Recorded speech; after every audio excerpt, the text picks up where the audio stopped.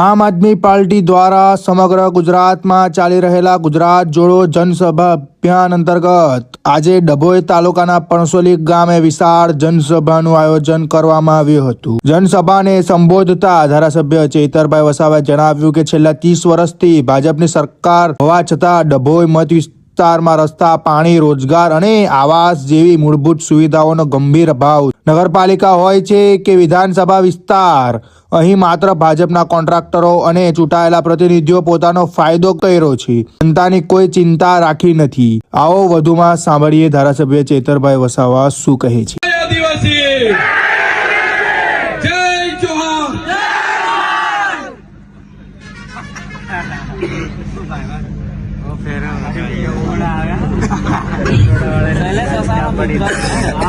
ત્યારે સાથીઓ વધારે વાત નથી કરતો। મારા વડીલો, મારા સંતો, મારા મહંતો, મારી માતા બહેનો પણ બેઠી છે।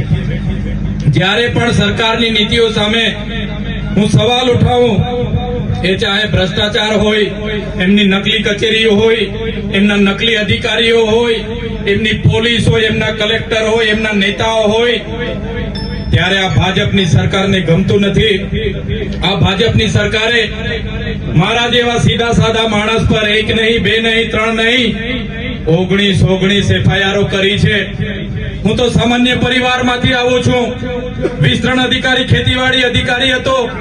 એમાં મેં જોયું કે મોટા મોટા નેતાઓ મારા કરતા ઓછું ભણેલા છે અને અમને આદેશો કરે અને આદિવાસી ગ્રાન્ટ એ લોકો વાપરી ખાય, એટલે મેં રાજીનામું આપીને જાહેર જીવનમાં આવ્યો અને 19 જેવી મારા પર ખોટી એફઆઈઆરો થઈ છે।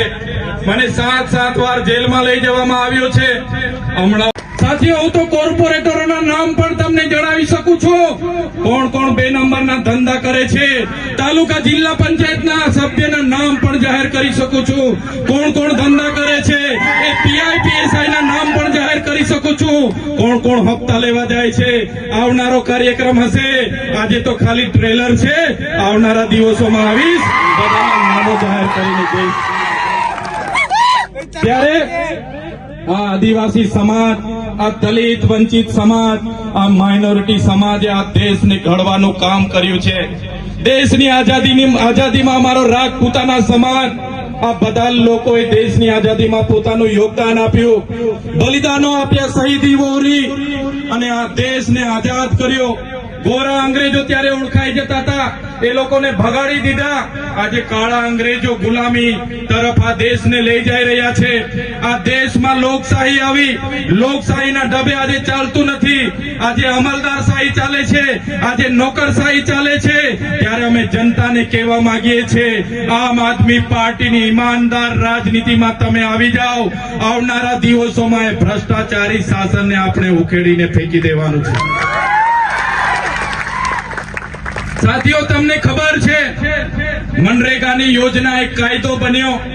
એ કાયદાની અંતર્ગત આપણને 100 દિવસની રોજગારી મળતી હતી। આ ભાજપના કેટલાક નેતાઓ, એમના કોન્ટ્રાક્ટરો, એમના મંત્રીઓ, એમના મંત્રીના પુત્રોએ કરોડો રૂપિયાના કૌભાંડો કર્યા। ગરીબ લોકોના અનાજના પૈસા છીનવાયા, રોજગારી છીનવાઈ। ત્યારે એ કૌભાંડ અમે ઉજાગર કર્યું, એ કૌભાંડ ઉજાગર કર્યું, પૂરા ગુજરાત અને દેશમાં ઉજાગર કર્યું। ત્યારે આ ભારતીય જનતા પાર્ટીની સરકારે મનરેગાનું નામ બદલીને જી રામજી નામ રાખવાના પ્રયાસો કર્યા છે। ત્યારે આ ભાજપની સરકારને કહેવા માંગુ છું, જી રામજી, અમારા વડીલોએ તો કીધું, રામજી અમારા હૈયે વસે છે, તો તમારા કૌભાંડો છુપાવવા માટે તમે ભગવાનનો ઉપયોગ કર્યો છે, પણ એનાથી તમારા કૌભાંડો છુપાવવાના નથી। તમારા કૌભાંડો, તમારા ભ્રષ્ટાચારી નેતાઓને આવનારા તાલુકા અને જિલ્લા પંચાયતોમાં અમે ઉખેડીને ફેંકી દેવાના છે।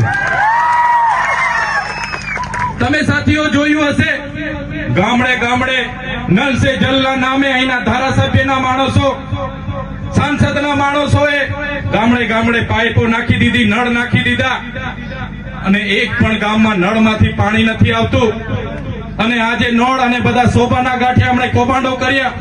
ત્યારે ભારતીય જનતા પાર્ટીને એમના તાલુકા સભ્ય, એમના જિલ્લા સભ્ય, એમના મળતિયાઓ જે કૌભાંડો કર્યા છે, ત્યારે અહીંયા ઉપસ્થિત થયેલા તમામ યુવાનો, વડીલો, મારી માતા બહેનોને કહેવા માંગુ છું, આવનારી જિલ્લા પંચાયત અને તાલુકા પંચાયતમાં જેટલા પણ મનરેગાના કૌભાંડ થયા છે, જેટલા પણ નલ સે જલના કૌભાંડ થયા છે, જેટલા પણ બ્રિજ બનાવવામાં કૌભાંડ થયા છે, જેટલા પણ રોડ બનાવવામાં કૌભાંડ થયા છે, જેટલા પણ અનાજ આપવામાં કૌભાંડ થયા છે, એ તમામ કૌભાંડોનો બદલો લેવા માટે તૈયાર થઈ જાઓ.